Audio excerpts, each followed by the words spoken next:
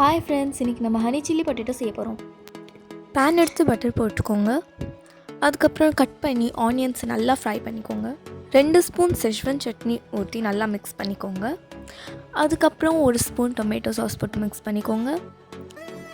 ரொம்பவே கம்மியாக soya sauce எடுத்து மிக்ஸ் பண்ணிக்கோங்க. அதுக்கப்புறம் நல்லா மிக்ஸ் ஆனோடனே அதில் கொஞ்சம் தண்ணி ஊற்றுங்க.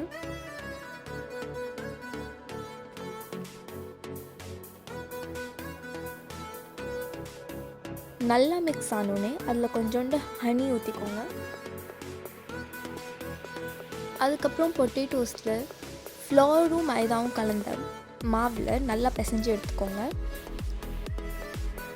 அதுக்கப்புறம் அதை ஃப்ரை பண்ணி நம்ம செஞ்சு வச்சுருந்த அந்த கிரேவியில் போட்டு மிக்ஸ் பண்ணிக்கோங்க.